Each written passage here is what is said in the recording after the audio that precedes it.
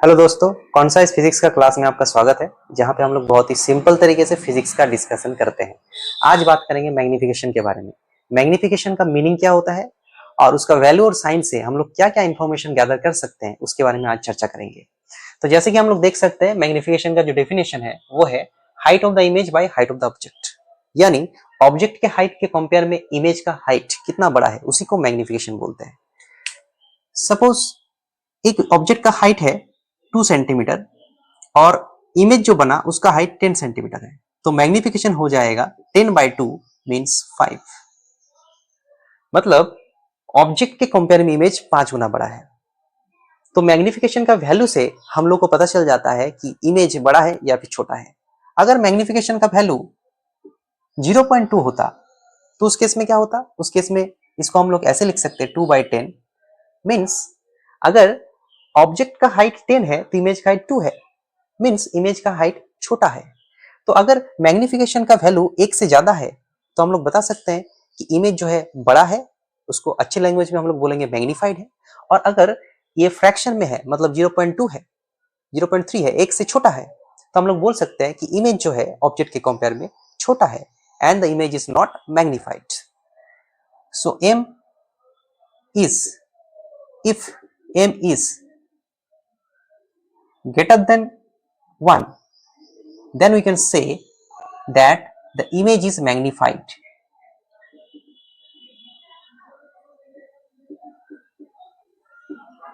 And if m is less than 1, then we can say that image is small. अब magnification का sign का मतलब हम लोग समझ लेते हैं। अगर मैग्निफिकेशन का वैल्यू +2 है तो इस प्लस साइन से हम लोग को क्या मालूम चल रहा है, तो थोड़ा सा हम लोग ध्यान से देखेंगे। h' बराबर +2, मतलब ये जो रेशियो है इसका वैल्यू प्लस आ रहा है। तो वो कैसे हो सकता है, दोनों का वैल्यू पॉजिटिव होना पड़ेगा या फिर दोनों का वैल्यू नेगेटिव होना पड़ेगा।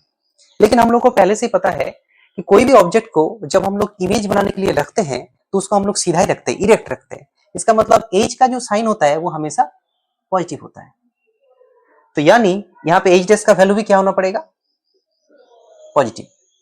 तो इससे क्या कंक्लूजन निकला, अगर मैग्निफिकेशन का वैल्यू प्लस है सो एच डैश का साइन भी प्लस होगा, मतलब इमेज जो होगा वो सीधा होगा। ऑब्जेक्ट हम लोग सीधा रखेंगे तो इमेज भी सीधा ही बनेगा। और सीधा इमेज क्या होता है, हमेशा वर्चुअल होता है। इसीलिए हम लोग क्या कंक्लूजन निकाल सकते हैं, if magnification is positive, m is positive, then image is erect and virtual. लेकिन अगर मैग्निफिकेशन का वैल्यू माइनस होता है, जैसे कि m बराबर -2, तो ये माइनस साइन से क्या मालूम चल रहा है कि एच डैश बाई एच का वैल्यू माइनस आ रहा है। इसका वैल्यू तो पहले से पॉजिटिव है, तो इसका वैल्यू माइनस होना चाहिए। इसका मतलब मैग्निफिकेशन अगर माइनस होता है तो इमेज जो है वो उल्टा हो जाएगा, इन्वर्टेड हो जाएगा। और इन्वर्टेड इमेज क्या होता है, रियल होता है।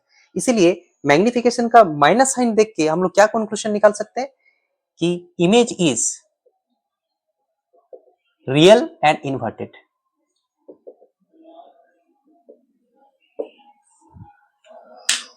तो इसको हम लोग समराइज कर लेते हैं। अगर मैग्निफिकेशन का वैल्यू 1 से ज्यादा है तो हम लोग को मालूम चलेगा कि इमेज बड़ा है, और 1 से छोटा है तो इमेज छोटा है। अगर मैग्निफिकेशन का वैल्यू प्लस है तो इमेज इरेक्ट और वर्चुअल है, और मैग्निफिकेशन का वैल्यू अगर माइनस है तो इमेज रियल और इन्वर्टेड है। अभी हम लोग मैग्निफिकेशन का जो ऑल्टरनेट फॉर्मूला है उसको डिराइव करेंगे। उसको डिराइव करने के लिए हम लोग एक कॉन्केव मिरर लिए और बहुत ही एक सिंपल इमेज फॉर्मेशन का ड्राइंग बनाया। हम लोग एक ऑब्जेक्ट लिया जो कि सी और एफ के बीच में है, तो इमेज जो बना वो बियॉन्ड सी बना अकॉर्डिंग टू द रूल। और इसको बनाने के लिए हम लोग कोई भी दो रे इस्तेमाल कर सकते हैं, लेकिन हम लोग एक पैरेलल रे वाला यूज किया और एक दूसरा पोल में गिर के फिर इक्वल एंगल में आया वो वाला रे यूज किया।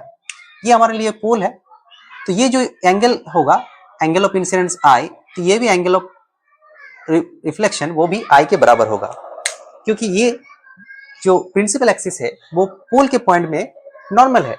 तो ये वाला एंगल होगा एंगल ऑफ इंसिडेंस, ये वाला एंगल होगा एंगल ऑफ रिफ्लेक्शन, दोनों बराबर होगा। अगर हम लोग ये दोनों ट्रायंगल्स को बहुत अच्छे से देखेंगे, ए बी और पी, हम लोग लिखते हैं triangle A B P and triangle A dash B dash P,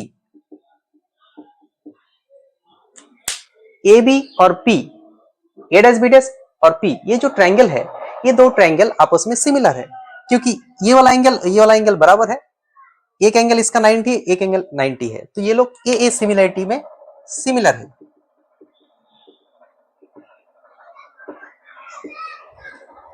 तो अकॉर्डिंग टू द रूल्स दोनों का कोरस्पॉन्डिंग साइड्स का रेशियो बराबर होगा, यानी A dash B dash by A B, A dash B dash by A B बराबर A dash P by A P. अब इस इक्वेशन में हम लोग को सुइटेबल वैल्यू डालना पड़ेगा with proper sign. A dash B dash का मतलब क्या होता है? ए डैश बी डैश मतलब height of the image H dash, A B का मतलब height of the object H. A dash P का मतलब क्या होता है? ए डैश पी का मतलब है इमेज का distance v, and A P का मतलब है ऑब्जेक्ट का डिस्टेंस u। ए डैश बी डैश का वैल्यू जब हम लोग डालेंगे तो एक प्रॉपर साइन डालेंगे, मतलब minus H dash by plus H. और ए डैश पी का मतलब क्या होगा? ए डैश पी का मतलब होगा minus v bye minus u। तो यहां पे हम लोग देख सकते हैं इसका जो मैग्निफिकेशन का वैल्यू होगा minus H dash by H बराबर हो जाएगा माइनस बी बाई यू। दोनों माइनस कैंसिल हो जाएगा और एक माइनस बचा रहेगा, सो ओवरऑल माइनस होगा। सो मैग्निफिकेशन का फॉर्मूला क्या हो गया? m बराबर माइनस बी बाई यू। इसको हम लोग नोट कर लेंगे, ये हो गया इसका ऑल्टरनेटिव फॉर्मूला। ओरिजिनल फॉर्मूला यही है एच डैश बाई एच, लेकिन ऑल्टरनेट फॉर्मूला क्या है? m बराबर माइनस बी बाई यू। यहां से हम लोग काफी सारा न्यूमेरिकल सॉल्व कर, अभी हम लोग एक न्यूमेरिकल्स को सॉल्व करेंगे और सभी कॉन्सेप्ट को क्लियर करेंगे। यहाँ पे आप लोग देख सकते हैं एक न्यूमेरिकल्स है an object of size 2 centimetre. तो पहले हम लोग लिख लेंगे height of the object h बराबर 2 प्लस 2। जो भी डेटा हम लोग डालेंगे विथ प्रॉपर साइन डालेंगे। Is placed at A distance 30 centimetre from a converging mirror, मतलब मिरर से ऑब्जेक्ट को 30 सेंटीमीटर में रखा हुआ है। इसका मतलब ऑब्जेक्ट डिस्टेंस जो होगा वो 30 होगा विथ माइनस साइन, क्योंकि ऑब्जेक्ट हमेशा लेफ्ट में रखा जाता है। Converging mirror of focal length 20 centimetre. Converging mirror का मतलब होता है कनकेव मिरर, तो इसका फोकल लेंथ नेगेटिव होता है, तो f बराबर माइनस 20। हमें निकालना क्या है? Find the position size and nature of the image. Position निकालना है मतलब इमेज डिस्टेंस निकालना है, v का वैल्यू निकालना है, साइज निकालना है मतलब एच डैश निकालना है, और नेचर निकालना है। तो हम लोग यहाँ पे लिख देंगे कि v बराबर कितना निकालना है, एच डैश बराबर कितना निकालना है, और नेचर भी निकालना है, NATURE, नेचर भी निकालना है। तो कैसे सॉल्व करेंगे? हम लोग लगाएंगे mirror formula 1 by V plus 1 by U बराबर 1 by F. 1 by V plus 1 by U मतलब minus 30 and 1 by F, F means minus 20। So 1 by V ये माइनस हो जाएगा, जो कि राइट में जाने से प्लस हो जाएगा।